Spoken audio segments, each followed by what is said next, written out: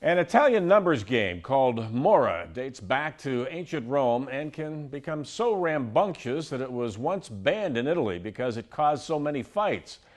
In tonight's 11 p.m. special, Sally Phillips shows us how a local league is keeping the cultural game alive.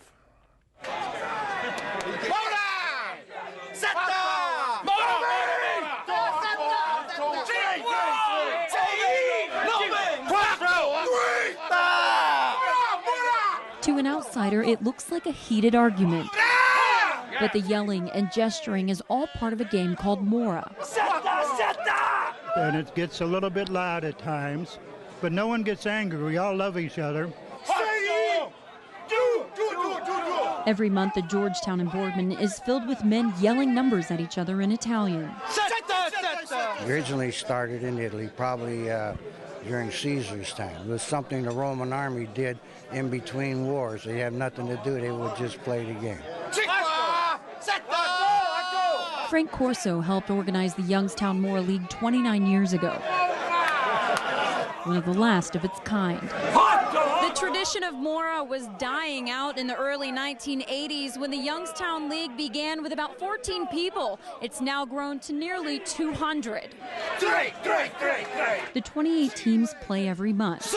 Two players yell out numbers in Italian and throw fingers.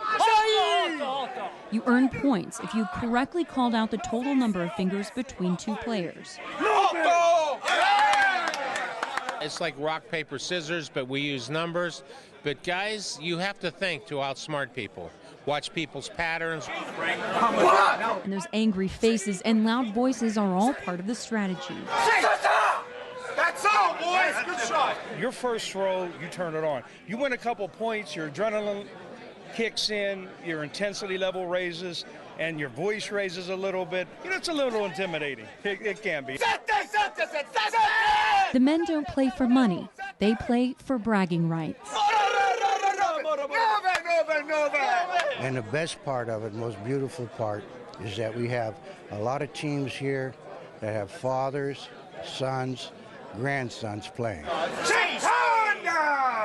Families like the Zapsics come from as far away as Midland and Monaca, Pennsylvania. We've been playing it ever since I can remember. You know, you grow up watching your father, his friends, you learn, and it just kind of gets passed down. The sons and grandsons are the ones who plan to continue the tradition. I brought them up, I played them, I beat them for years. Now they're turning a corner on me, and I'm proud as hell. Italians and non-Italians alike keeping tradition alive. Good game, guys. Nice game. With more local news, I'm Sally Phillips.